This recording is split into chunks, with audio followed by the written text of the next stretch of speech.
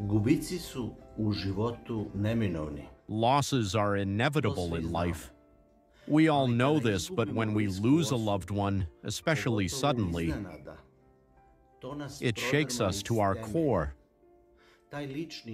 This personal emotional earthquake leaves consequences, but the nature of these consequences depends on how we cope with the loss.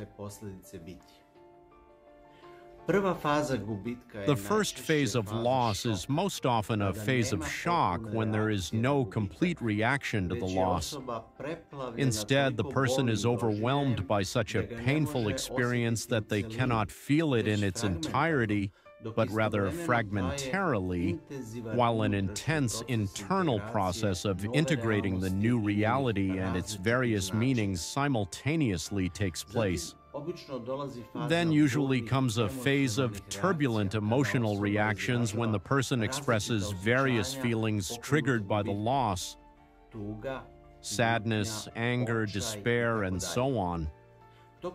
During this phase, there are periods of apathy, dejection, numbness, and emptiness.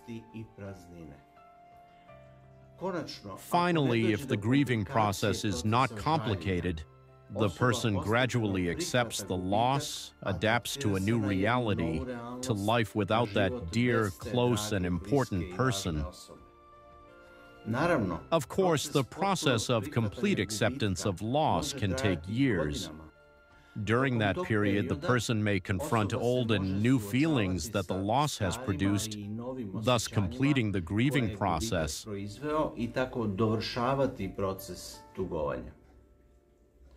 The most important thing is not to suppress the feeling of sadness, which usually means crying. Quietly or loudly, tears are the true remedy for loss, not a sign of weakness. Crying allows us to experience and resolve feelings of pain and sorrow over the loss of someone who meant so much to us and whom we miss.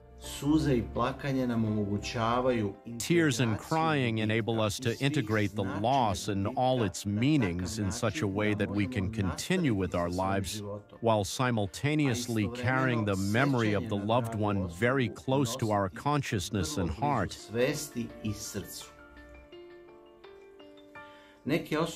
Some people say, "When I cry, it gets even harder for me." This happens if the person in the grieving process is focused on disbelief and inconsolable suffering, if they do not want to accept the loss, if they blame themselves for being somehow responsible for the loss, etc. It is better in the grieving process to be focused on love for the lost person, on all the beautiful things we shared with them, and on the memories that remain with us.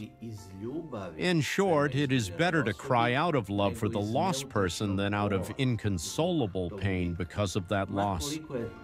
No matter how difficult it is, always make a distinction between these two orientations.